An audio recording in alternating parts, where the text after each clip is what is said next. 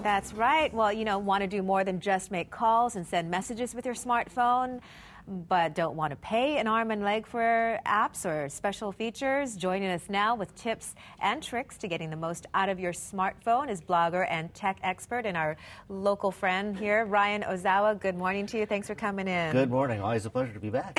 Well, I know that you've got a lot of great suggestions on how to be smart with your smartphone, so let's just jump right in.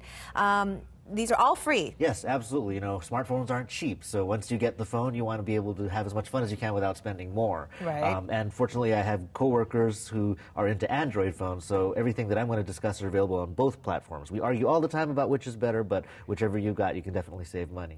That's right. Okay, that's starting with, you have free books. There's a place to get free books. Well, the short answer would obviously be the Kindle app. It's on both platforms, and there's a whole bookstore involved. But I wanted to kind of highlight something different, and it's an app called Wattpad. Wattpad is described as kind of the YouTube for books, and that's a plus and a minus, which means anybody can submit a story, and they don't necessarily have to be good writers. But there's a lot of gems, a lot of short stories, and just like YouTube, that means that if you hit something that you don't like, if you're turned off by bad spelling like I am, you can probably just move on to something else. But there's a lot of original content that's not available anywhere else, and it's very social, so you can share and rate and comment, and eventually you can see a whole community there of people who write or read. So these are not necessarily published work, these are just original works. Yeah, a lot of original stuff for sure.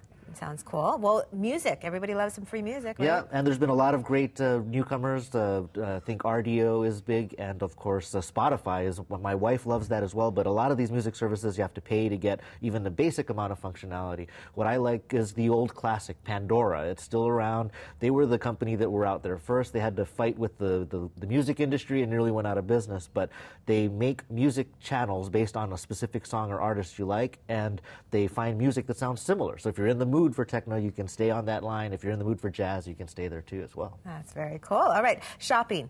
There's a place you can go to get discounts? Yeah, well, check actually, how much you're spending. Yeah, find the best price. For the Christmas season, Amazon got in trouble with the Price Check app, but I still think it's a great app. You can take it into the store and scan the barcode just like the checkout counter, but it'll see what that costs other places and see if you can get a better deal. Now, of course, that's not so nice to your local retailer, so try to be a little, discreet about that, but that's a good way. Another option would be Red Laser, because while Amazon wants to sell you stuff on Amazon, sometimes you want to know if it's better at Target versus Kmart or something.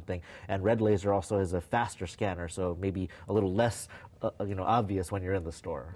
Okay. And now, last one, I think, is something that helps you stay on budget. Yes. Right? Now, so even though you're trying to save money, how are you spending the money that you have? And one of the most popular apps there is called Mint. For better or worse, it was recently bought by Intuit, and so they're a big personal finance company, and people are kind of worried about that, but still it's one of the best apps to sign up. You have to trust it with your bank account information or your credit card information, but once it's pulling all of that stuff in, it can tell you how much you're spending on going out to eat, how much you're spending on loan payments, and where you might want to make improvements and maybe go less out to eat and more on your loan payments to get out of debt faster. Oh, sounds terrific. And these are all terrific apps that help you save money, stay on budget, and they're all free. Yes, free That's the best thing. All right. Thanks, Ryan. It's always good to talk with you. I always talk on Facebook, but nice to talk to you in person. Good to be here. And don't forget, you can see this interview again by heading over to the morning section of our website at kitv.com/morning. And up next, a new app designed to make you a part of Honolulu city government. That's coming up. We'll be right back.